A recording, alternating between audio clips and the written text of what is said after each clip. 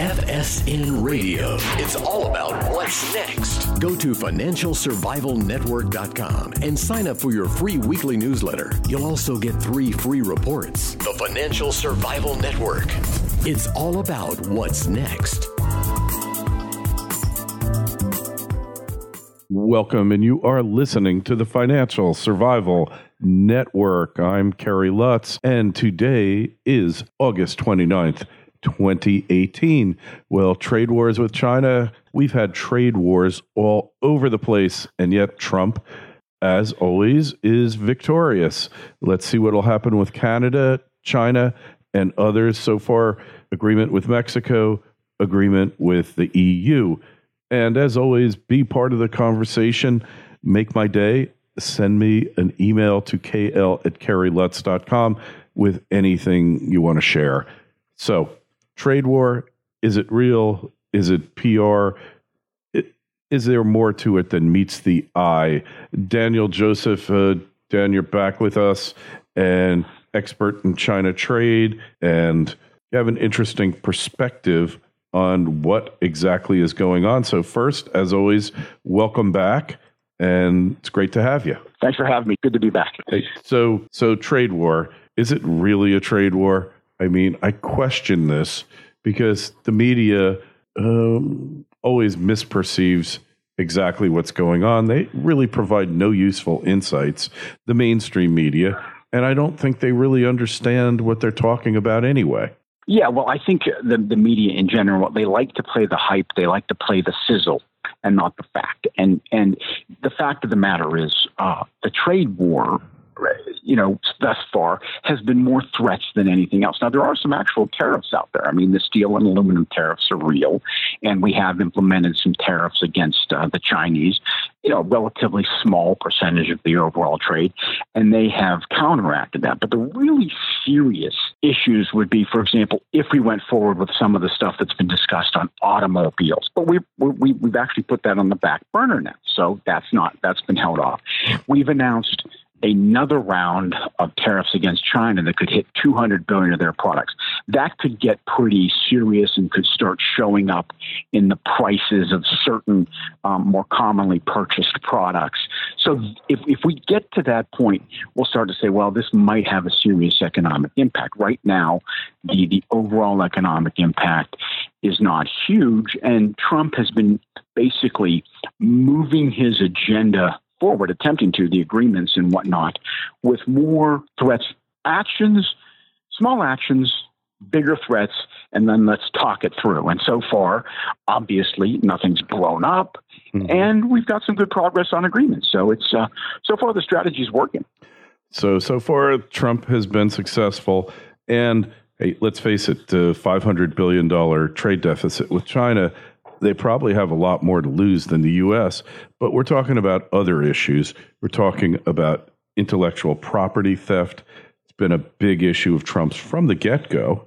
We're talking about just one thing China was doing, the deficit's even larger, is transshipping through Mexico and Canada and use auto parts and such. So they're definitely going to take a hit there with Mexico because the local content rule there is going up to 75%. Over a period of time, it's being worked out, and we just have to see what the response is going to be here. Yeah, I think that so far we don't really have an idea what the bottom line is that Trump might have relative to China. I mean, at the end of the day, this is really going to be more about how China manages its economy and opening up its markets. I don't think, looking broadly at everything we import from China, a lot of it is consumer products or high labor content, low value added stuff that is not going to be in our interest to, place a high tariff on because it's going to raise our prices here. And that production is likely to move to Vietnam or Bangladesh or somewhere else.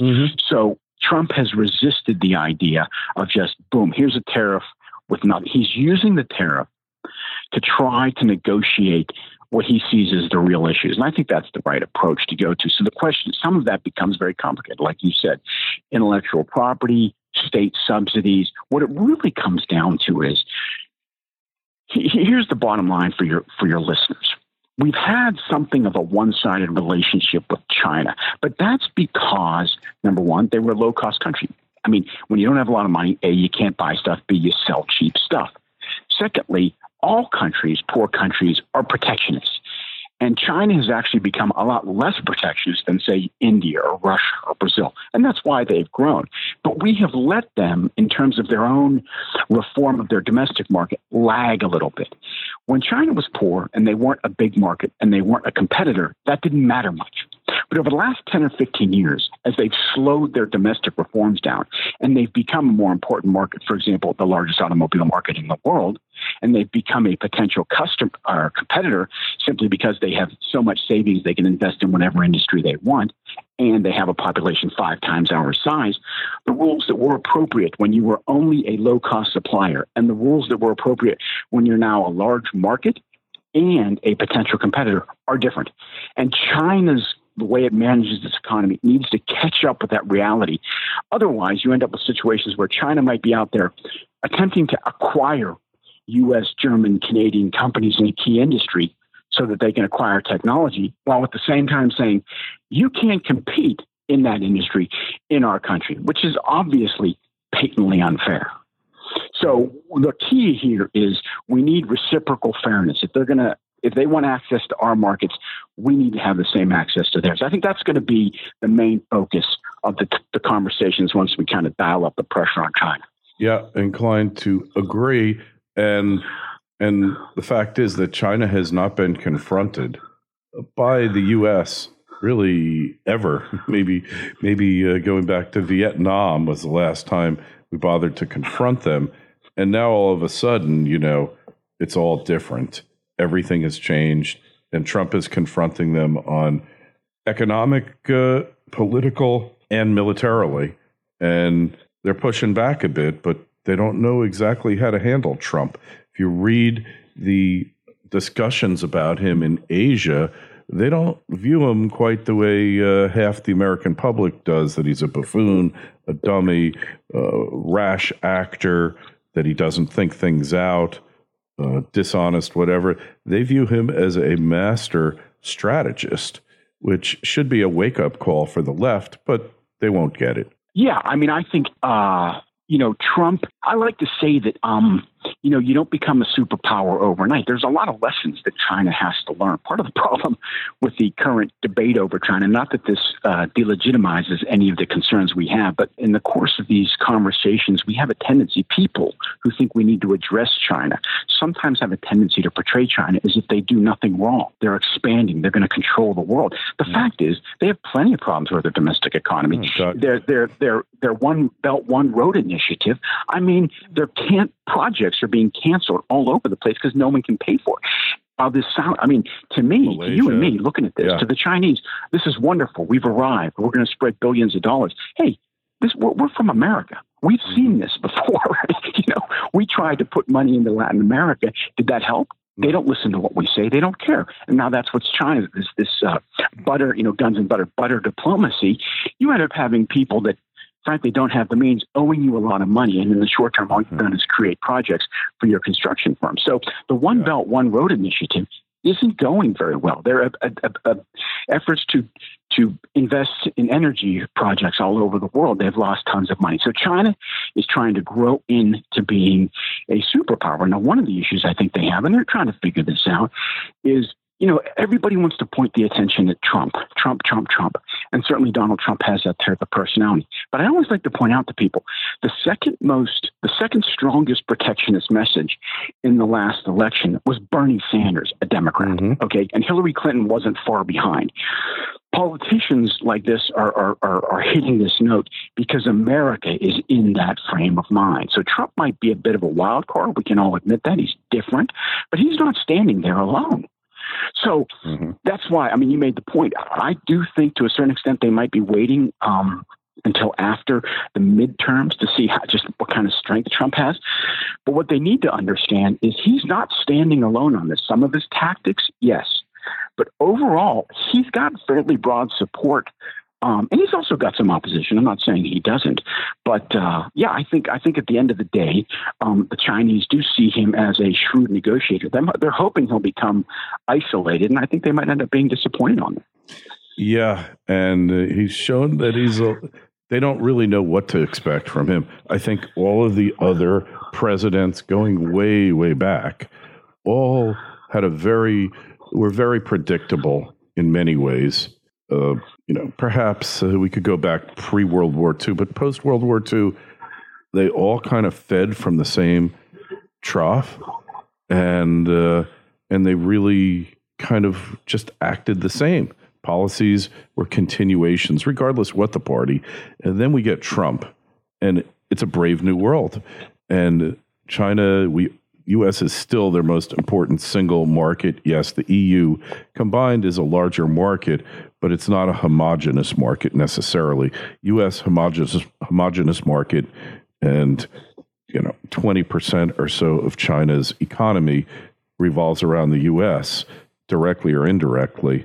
So they've got a lot of uncertainties ahead of them, and like you said, their effort to colonize Africa has kind of been a failure. Yeah, they got a lot of mining interests there, a lot of natural resources, but these countries are fed up with them because they would make deals with China not for trade, but to come in and develop a project, a mine someplace in Eritrea or whatever. And China would say, well, we just need the ability to ship in equipment, whatever, computers for the project. But then they would flood the local market with equipment that really had nothing to do with the project, and thereby really screw up the economy of that African nation. And as a result, the Africans are like begging the U.S. to come back, a lot of them. Yeah, I mean, the idea, infrastructure projects in poor countries, I'm sorry, it's 80 years old, and it's hard to do. And they love you when the money's coming in, and then when it's time to pay you back, they couldn't care less. And their own domestic politics is what ends up, mashing everything up, right? In Malaysia right now, the new prime minister, who's a guy who was in office 20 years ago, he's going to end up canceling $20+ billion in projects, and he's just going to blame it on the other guy. Got a bad deal for Malaysia. Well, he doesn't want the debt. He doesn't like the projects. In some projects, the Chinese might bring in too many of their own too many Chinese people to work on the project. In others, they maybe they're not making that mistake, or maybe not offending the locals for that reason. Mm-hmm. But still, it's still a very difficult situation to manage, and they're finding more disappointment than success, which frankly isn't a surprise to anyone who studies this type of thing. So yeah, it's hard to be a superpower. They've got a lot to learn, and we might have, although I agree that we have some important issues on our trade agenda, we don't necessarily have to portray them as this unstoppable force that's going to overwhelm the world. They're going to, and by the way, let's keep this in mind. China has friendly relations, like very close relations, with virtually none of its immediate neighbors. Not the Russians, not the Koreans, not the Vietnamese, not the Indians. They have a border dispute. So it's going to be tough for them to build the kind of alliances to get the kind of support they have. On the other hand, and I'm not saying they're despised. People like to have capital invested in their country, by the way. Yeah. On the other hand, if Trump one of the great misnomers of this whole debate is when Trump started to be a little bit isolationist. People were saying that the Europeans and others are going to align with China. That's so impossible. Their interests are too different. And by the way, the Germans and the Brits and the French, they have the same issues with China that we do. So that was never going to happen. But China wasn't going to replace us as the fulcrum in this whole thing. And now that Trump is actually unifying Europe and the others in a unified approach against China, that's going to make it even more difficult to resist some of the demands that will be made. Absolutely. Couldn't agree with you more. Hey, they built this huge casino project in Nassau, Bahamas, and the Chinese were basically bankrolling it. They sent in all their own workers. Not a lot of Bahamian workers were really there. It went bankrupt. Now China owns it, the Cheng Yuang family. It's it's really an amazing thing. I watched them building it. They had a man camp of 5,000 Chinese workers there, overwhelming the island. And this thing is a loser. And I said from the get-go that what they were doing here, this is a way to get money out of China. It's much better to have a losing entity outside of China that you have to keep sending money to subsidize, because nobody really can know what your losses are. It's easier to figure out the profits than the losses. And this is exactly what the thing has turned into, a big money pit for just Chinese money to get out of China.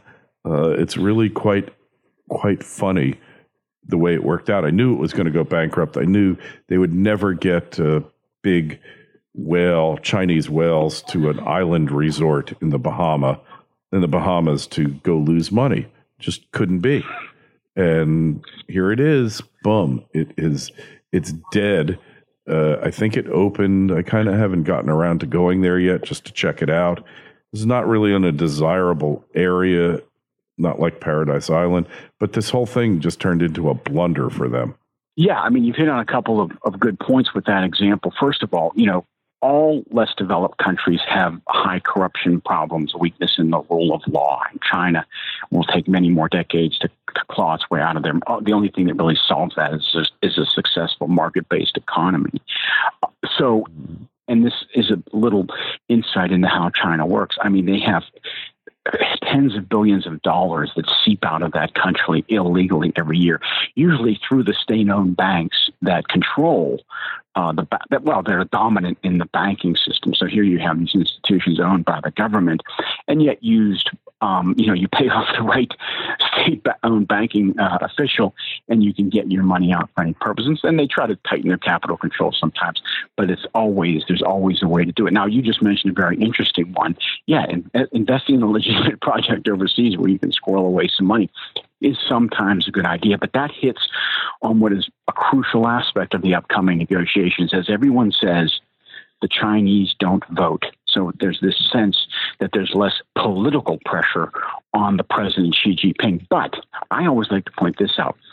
If there's no pressure on you, why would you increase the debt in China by such a drastic amount? Why would you be so desperate to keep people employed and to keep economic growth going that you would ruin your national balance sheet? And the answer is that, yes, people can't vote politically, but people vote economically. And Xi Jinping, like every other Chinese president over the last 40 years, knows that the legitimacy of the party as well as social stability depends on continued economic success. And he's done whatever it takes to maintain that. He's just running out of room to continue to use debt. And the way people vote in an economy is mostly with capital. When consumers stop spending, which we're starting to see, and then when capital starts to flee that country. If the economy keeps slowing down, Europe, the United States, Japan, all unite forces and kind of turn the screws and say, listen, we need to see some changes, but China resists. If sentiment on the Chinese economy just gradually gets worse, you're going to see capital trying to get out of that country. And then we could potentially see the kind of real economic slowdown even further that we haven't seen in China for years. And it will be interesting to see if Xi Jinping decides the way to deal with that is just a political clampdown or to do the smarter thing, which is to cut a deal that makes sense, bring more competition, more economic freedom to China, which is what they need anyway. Yeah, exactly. So I couldn't agree with you more. We've got all of these things happening and very few people really understand it. And this is where the media is so completely and utterly useless when it comes to this. They're really just not helpful at all. And hey, we're just going to have to see what happens next here. But people want to find out more about what you're doing there and check out your writings on the web. Dan, where's the best place to find your stuff? My website is ChinaLearningCurve.com. That's the name of my firm. We do a lot of training and consulting relative to China. So it's ChinaLearningCurve.com, and that's where all my blog posts are. You can find us on LinkedIn as well if you get searched on that, but and Twitter and whatnot. But and on Twitter, I'm at the Real China Guy, and all my blogs are posted there as well.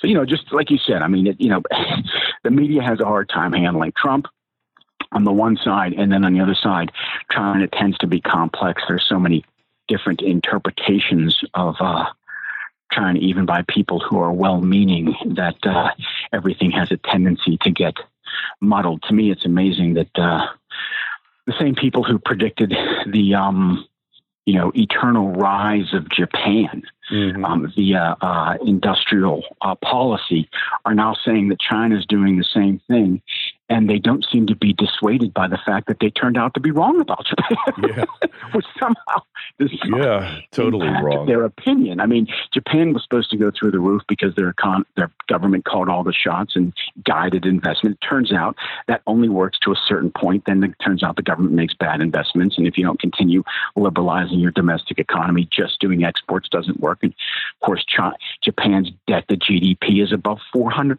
now, and that's a smart country, good people, innovative, and the government's just screwed the whole thing up with this debt binge.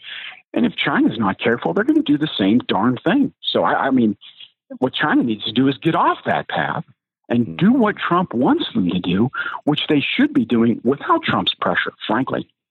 Yeah, I couldn't agree with you more. And eventually, I think they're going to. One thing, we didn't talk about, and mistake, so let's just cover this real fast.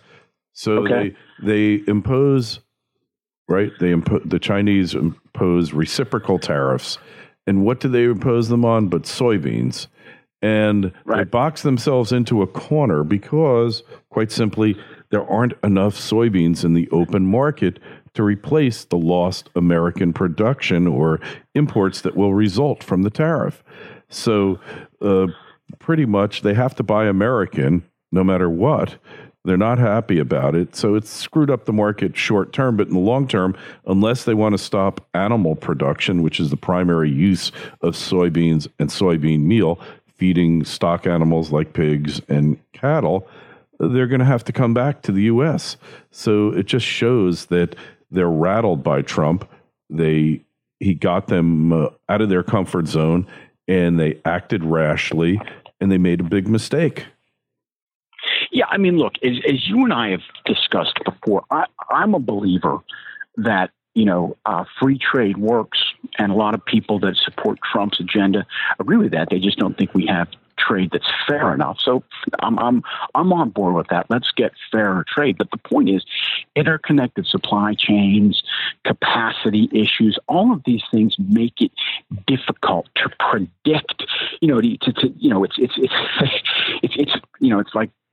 It's like socialized medicine. Just because you set a price here doesn't mean you understand supply and demand, and what you end up doing is throwing the market out of whack.